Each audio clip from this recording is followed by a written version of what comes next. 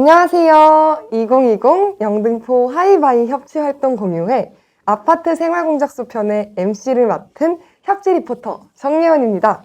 반갑습니다. 오늘은 2020년에 진행되었던 영등포 협치사업 활동 공유회 시간을 마련했는데요. 다양한 영등포의 협치사업 중 아파트 생활공작소 사업에 대한 활동을 공유해보는 시간을 갖도록 하겠습니다. 오늘 아파트 생활공작소 사업에 대해 함께 이야기 나눠주실 세 분의 패널분들을 모셔보겠습니다. 안녕하세요. 네, 안녕하세요. 안녕하세요. 반갑습니다. 함께 자리해주셔서 감사합니다. 네, 반갑습니다. 간단한 자기소개와 인사 부탁드리겠습니다. 네, 안녕하십니까.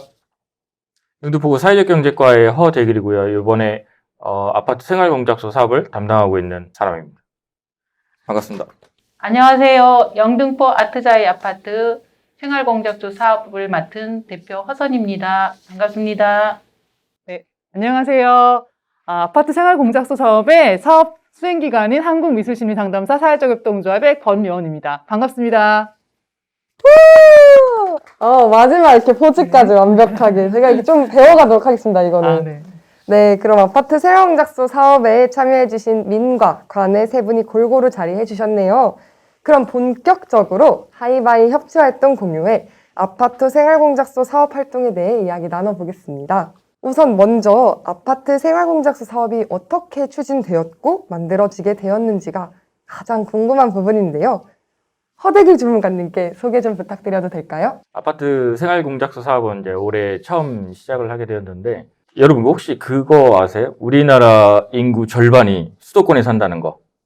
그리고 서울시에 대부분 이제 주거 생활 형태들이 여러 가지가 있을 텐데, 아파트에 사는 분들이 서울 인구의 60%가 넘어요. 그러면은 우리는 60%? 아파트 안에서 되게 다양한 일들을 겪게 될 건데, 그 일들 중에서 잘 되면 상관없겠지만 그렇지 않은 경우에는 어떻게 해서든 해결을 하고 싶은 욕구가 분명히 있을 거거든요. 그것들을 사회적 경제 방식으로 풀어내는 것, 그거를 협치처럼 민과 관이 함께 해결하는 것, 그거에 포인트를 두고서 저는 오늘 그 사업 공유회에서야 그 사실 알게 됐습니다. 네. 지금 사업을 마무리하는 단계에서. 심오한 뜻이 있었어요. 네. 사실. 그랬었군요. 저는 몰랐습니다. 네, 감사합니다. 그렇구나. 알려주셔서. 마음속에만 있었나 봐.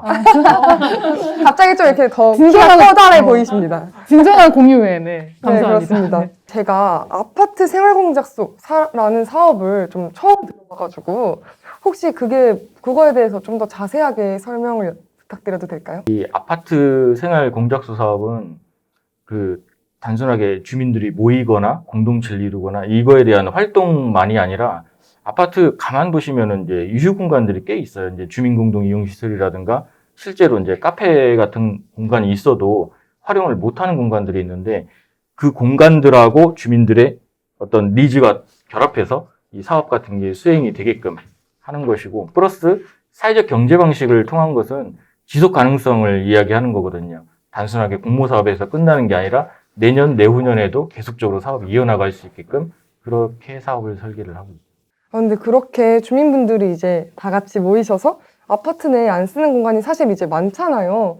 근데 그런 공간을 활용해서 다양한 활동도 하고 여러 가지를 배울 수 있다는 게 전 되게 약간 참신하고 되게 좋은 발상인 것 같다라는 생각이 들어요.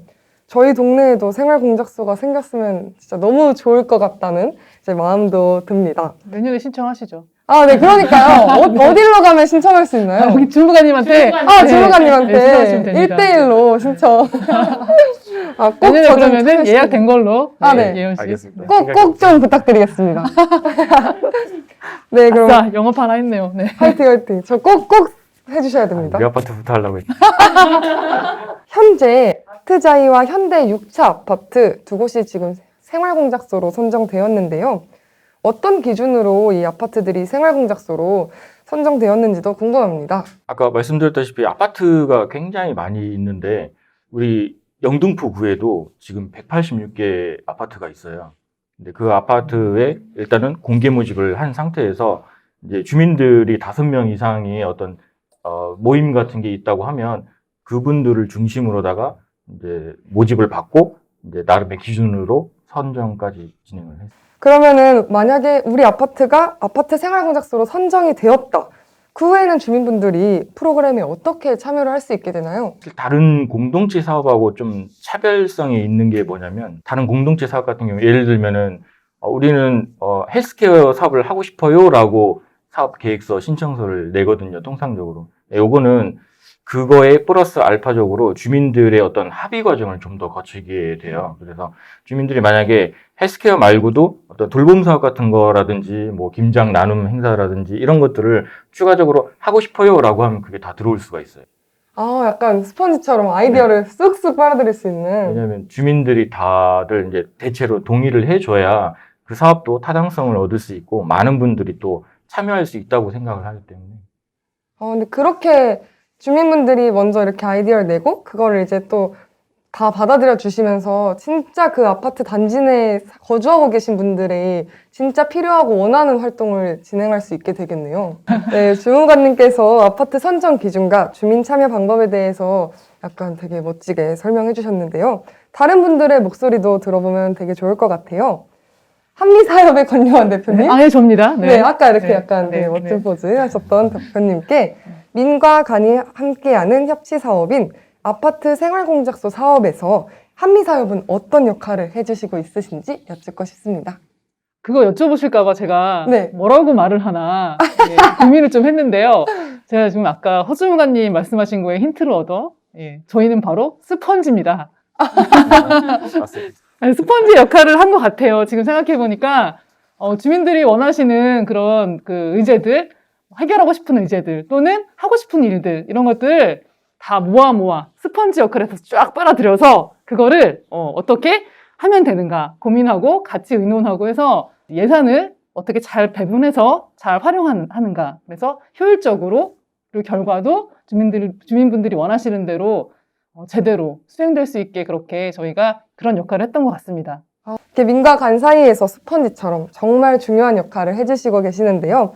그러면 대표님께서 2020년 한 해 동안 진행되었던 프로그램과 활동들도 함께 소개해 주세요. 이 사업이 이름이 아파트 생활 공작소잖아요. 그래서 저희는 모든 활동들의 뒤에다가 공작소라는 말을 붙였습니다. 그래서 아트자이 같은 경우에는 북카페 공작소, 그리고 돌봄 공작소, 협동조합 공작소 이렇게 3개의 사업을 일단 구성을 해놓고 그 안에서 더 세세하게 세분화시켜서 주민들이 원하시는 것들을 실행을 했고요. 그리고 이제 현대 6차 아파트 같은 경우에는 창작 공작소, 그리고 활력 공작소, 그리고 소통 공작소 이렇게 3가지를 구성해서 또 세부적으로 또 원하시는 것들을 수행을 했습니다. 다른 창작 공작소 같은 건 좀 약간 바로 떠오르거든요. 어떤 그림일지. 네. 근데 2가지가 제일 되게 이색적이다 느꼈던 게 네. 돌봄 공작소랑 활력 공작소 이 2가지는 어떻게 네. 진행되는지 좀 궁금하네요. 돌봄 공작소는 아트자이에서 했던 사업명인데요. 이제 아파트에 이제 주거하시는 어떤 맞벌이 부부라든지 그리고 이제 돌봄이 좀 어려우신 분들한테 이제 아이들에게 돌봄 서비스를 제공하려고 했었고, 그리고 또 어르신분들한테도 돌봄 서비스를 제공하려고 했었는데, 사실은 이번에 코로나 때문에 이제 돌봄이 많이 필요는 했지만 또 사업이 제대로 수행되지 않은 부분도 있었어요. 실제로 수행된 것들은 이제 공유부엌에서 음식을 만들어서 같이 공유한다거나 그리고 어르신분들께 같이 이제 식사를 할 수 있는 그런 자리를 마련한다거나 이제 그런 식으로 사업을 진행을 했었고요. 그리고 활력 공작소는 아파트의 그 유휴 공간들, 예를 들면은 농구장에서 농구를 할 수 없는 상황이 이제 발생을 했었어요. 현대 6차 아파트 같은 경우에는 거기서 집에만 있던 아이들을 그 인라인을 밖에서 할 수 있게, 물론 마스크 쓰고 이제 그렇게 배워가면서 또 이제 그 시원한 공기 마셔가면서 그렇게 농구장에서 활력을 충전하는 이제 그런 활동도 했었고요. 그러니까 밴드를 활용했죠. 밴드에서 라이브로 각자 집에서 이제 요가 선생님께서는 이렇게 그 요가를 하시고, 그리고 그거를 같이 온라인으로 집에서 해보는 이제 그런 활동으로 진행을 했었습니다.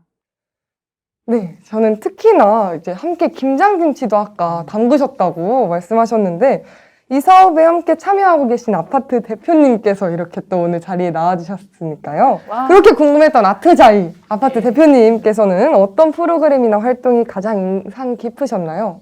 이번에 김장김치 담그기를 했어요.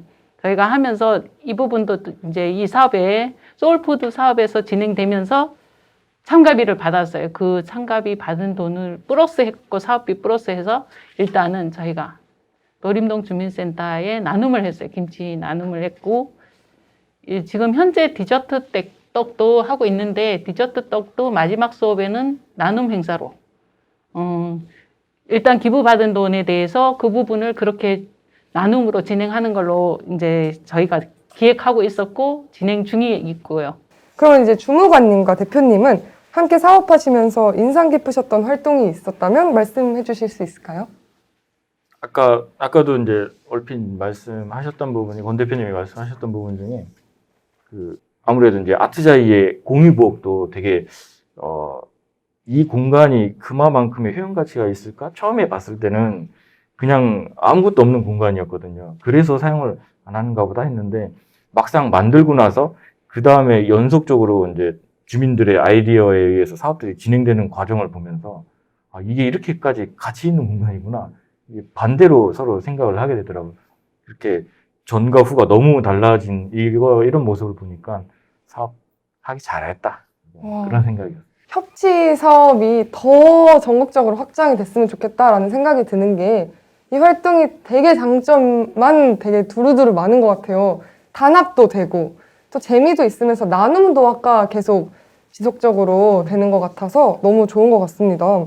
현대 6차 아파트의 협치 사례에 대해서도 한번 들어보고 싶은데요. 어떤 분께서 말씀해 주시면 좋을까요? 양평 현대 6차 같은 경우에는 굉장히 특이한 게 처음에 신청했던 분들은 입주자 대표 회장이라든가 좀 직능단체 이게 좀 강했었거든요.